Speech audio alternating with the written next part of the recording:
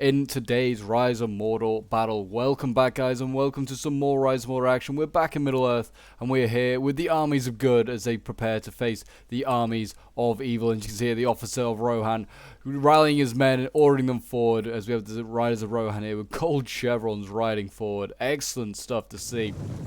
But yes, we have a huge host of Rohirrim and Gondor cavalry here, and we're about to see, looks like, Rohan and also the Eastlings clash. We also have Mordor on this side, and we have Dunland on the far side. So yeah, we've got a lot of evil factions here, all evil men, and then some, well, actually not all evil men, and then orcs. So not quite all evil men. I don't know why I said that, but there you go. And we have now the Knights of Silver Swan. They look like they're going to go charge forward, go after these Varric Lancers here. They're going to clash like that. This is definitely in favor of the Knights of the Silver Swan to start with, but then these Eastling halberdiers are going to come rushing in, and they are going to probably support this fight here. Gondor's going to rush up some infantry pretty soon to get this fight under control, because as soon as these halberdiers go in, the cavalry will retreat, and Gondor will have to get his cavalry out somehow. You can see he's going to try and retreat them. He's going to lose a lot of men probably here. Well, I say that, didn't seem to do too badly out of that. It wasn't too bad, but certainly I feel like the Varric Lancers probably did a little bit better. But we're about to see Gondor here rush forward with his Knights of Silver Swan. They're about to go into the infantry of Mordor here, I imagine. Oh, why did Gondor didn't go for a charge there? I do not know. He stopped, and that has probably cost him his charge, because they have formed a shield wall. And, I mean, well, I say that, still did pretty damn well against those orcs. Uruk-Throng here, still taking like 30-40 losses. And this one's also done, well, yeah, that one's also did pretty damn well, it looks like. We're about to see, Uruk-Throng here get hit in the flank by more Knights of Silver Swan. And that was also pretty brutal. Varric Lancers also coming forward. They're going to be hitting these Gondor infantry here again. Really, really nice hits. Trying to take on these, take out these Gondor swords. They did. Actually, they didn't lose a single man. They saved these Pelargir Marines pretty damn effectively. We now also have the battle line of Rohan clashing, and also Rohan is about to send in his cavalry on this flank against Dunland's. I feel like Rohan's cav, well, Knights of the Mark with Silver Chevron may be able to take on these Champion Reavers, but these are elite against trained. I'm not so sure myself, but we will have to see. But yeah, Dunland's here with his hand-me-down Isengard units. I mean, Isengard armor, I should say. That was a better charge there from Rohan than it was from Dunland. Dunland basically just turned around and then just got charged. We'll also about to see more Knights of the House of Earl just flank on in. I would certainly be trying to get these other two units in, try and surround the cavalry here. We're about to see Guard of the Golden Hall come up as well. Guard of the Golden Hall also flanking. We're going to go to slow-mo because there's a lot happening right now. But yeah, Guard of the Golden Hall flanking all of these Dunherd swords, which are beating decisively these Erling retainers. No surprise, Rohan infantry kind of sucks, certainly against the likes of Dunland with their infantry. I say their infantry is generally a bit better, and also they have the really nasty shock of like the Blood Avengers, which are really, really nasty. I will also just say, if you're enjoying seeing Rise of Mordor at the moment and want to see some more, do remember to leave a like, subscribe if you're around here, and a comment to show your support.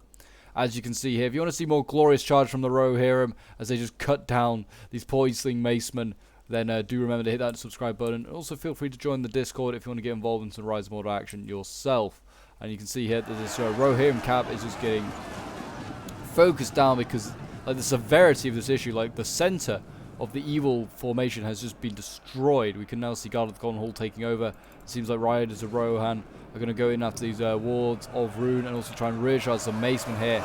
They're just trying to even up some of these fights, as Rohan's infantry does suck, so the cavalry has got to even the odds as much as possible. Also, Gondor has got to do an absolute job over here, as he, well, I don't know. I mean, it seems like Gondor's infantry is kind of sucking at the moment. Mordor seems to be doing a pretty good job. Also helps that these Servants of the Eye are getting in behind. They need to engage Mordor's infantry with Gondor's infantry. Like, that is a fight that, like, Mordor can win. Good charge here. Looks, wow, I thought this was a charge for some reason. I don't know why I thought that was a charge. Mordor, though, just getting his cavalry back in time, running away from the Gondor cav here. And the low Q rim spears are ready and down to just destroy those Gondor cavalry. Seems like Gondor's in a real rough position here. Pelargir Marines that were coming up to deal with the halberdiers now getting run down by Varric Lancers. Really good charge by them, but as you can see, the center, it's a bit of chaos here. Rohan's actually making pretty good gains, and also the cavalry coming in doing a lot of good flanks. Dunland's general is also in combat here and is losing. This is really good for Rohan. Right now, also, if I was Rohan, I'd be getting my cavalry out of combat. Like, get this Knight of the Mark out of combat and get this other Knight of the Mark out of combat. Let the spears just engage. They can do the damage now. let your other like cavalry get free. They can do more hammer and anvils. As you can see here, Prince Theodred is just cleaning up Blood Avengers over on this side. His infantry has been killed off though, so he needs to be careful. But this cavalry looks amazing. It really does. Yeah, they cannot stay in combat too long. We've now got Eastling Cav coming across to come and help deal with the Knights of the Mark. It seems like, and these are Knights of House of Earl, I do apologise. Yeah, even more elite cavalry. This is like nasty cav. But they are losing slightly, ever so slightly. There you go, cavalry's been beaten by Dunland. Dunland seems like he's having a really rough time. Though as you can see here, Prince Theodred is really banged up now. They cannot afford to lose cavalry generals though. But allies have abandoned them. Seems like Dunland is kind of being beaten back. Though he is going to take Rohan's infantry with him. It seems like it's going to be a close fight over here. Like some spears may survive, and then like the cavalry, and that might be it. You need to be careful with the Eastling General here as well, because he doesn't want to get tied down in any infantry fights that could potentially come. Because these spears are now free, I'd definitely have them chasing after this general here. Infantry line in the center seems to be holding pretty well though. This is mainly made up of guards of the Golden Hall. We've got Garrison Hornburg here, so some good archers as well. They've spent all their ammunition and now going into combat. They are pretty good in combat as well. You see them here with their red armor and their axes. They'll probably do pretty well against the Macemen, who are actually losing decisively. I don't know why they didn't decide to flank these guys. Maybe because of the cav, but yeah, I don't know. Sons of the Eye here need to be careful that they could just... Well, they need to be careful of the Sons of the Eye because they could just flank him behind now. Rohan probably wants to shift his Rise of Rohan across because that is free. That Sons of the Eye is currently free to do all sorts of issues. Seems like, I don't know, Gondor seems to be turning it around over here. Partly, though, Guards of the Teeth here, spearing the side of his infantry, though that might just change in a second as Gondor rushes in infantry here. The men are broken and running for their lives. But yeah, you can see the Sons of the Eye, this is a general unit, could just like even up any sort of combat right now. I mean, Sons of the Eye, that one seems a bit banged up, but have to see. Certainly all the cavalry over here, Rohan has actually rushed cavalry over onto this side as well to support the fight. Seems like Gondor is kind of struggling a little bit, and we're about to see another charge from Sons of the Eye into the back of Ringlow Vale men-at-arms. That's not a bad charge there. But they are now going to get pinned down as that general by, looks like Theoden himself is now in here. Dueling with the Servants of the Eye. It's Mordor versus Rohan's general. I mean, the charge will certainly have helped Theoden, I would imagine.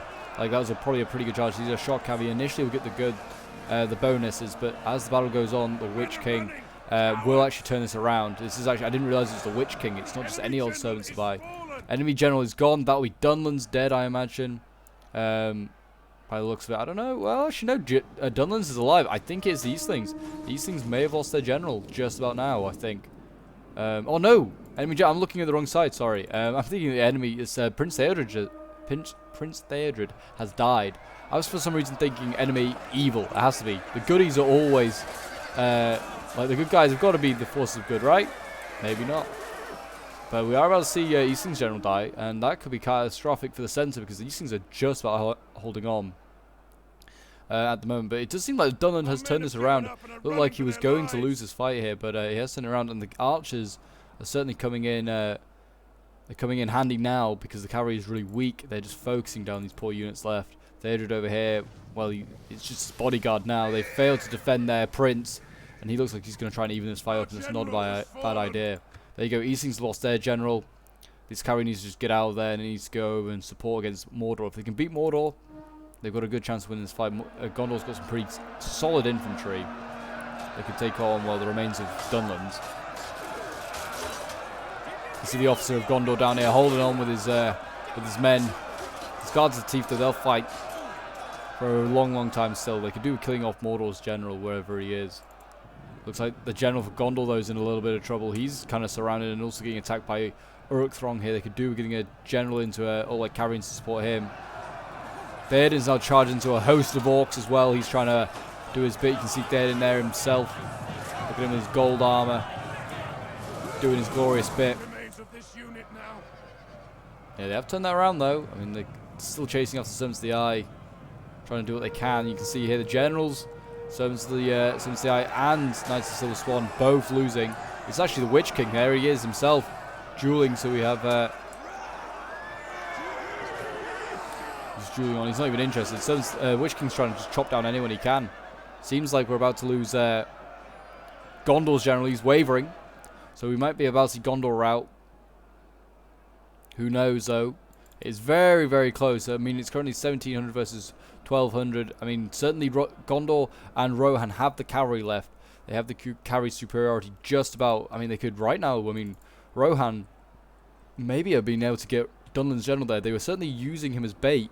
It seems like Rohan's really desperate to get over here and try and even up the fight and support Gondor wherever possible.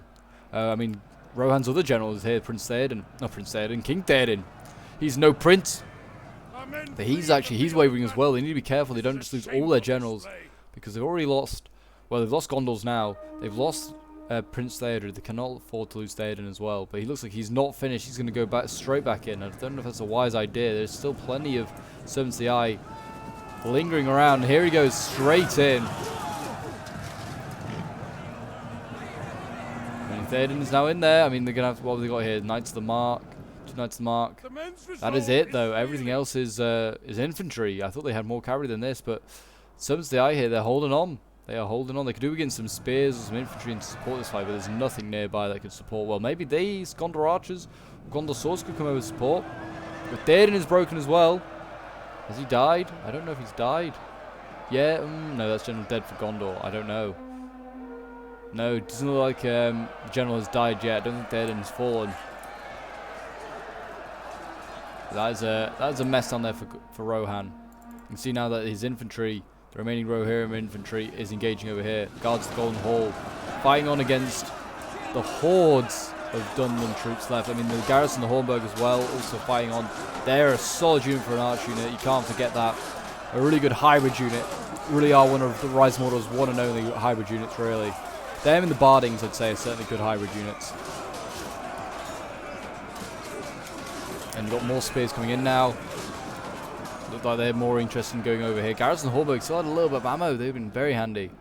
I mean, those are spears going in to fight against the Blood Avengers. That's just feeding the Blood Avengers more kills. But as you can see, with the losses coming into effect, units are starting to waver, which is not a good sign over here. Mordor's hanging on, but it's not going to be much. I mean, he's going to have just his cavalry left by the looks of it. Mordor's all but gone. He's going to be very, very close, but I don't know. They've got a lot of archers over here, have the forces of evil. That's also a bit of a problem. If they go into combat, they are going to probably get destroyed.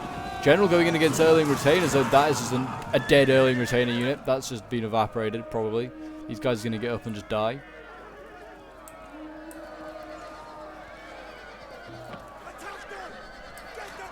And they are going to try and kill off the Dunland General, but I'm pretty sure he is going to succeed in killing the Erling Retainers first. There you go, rouse them.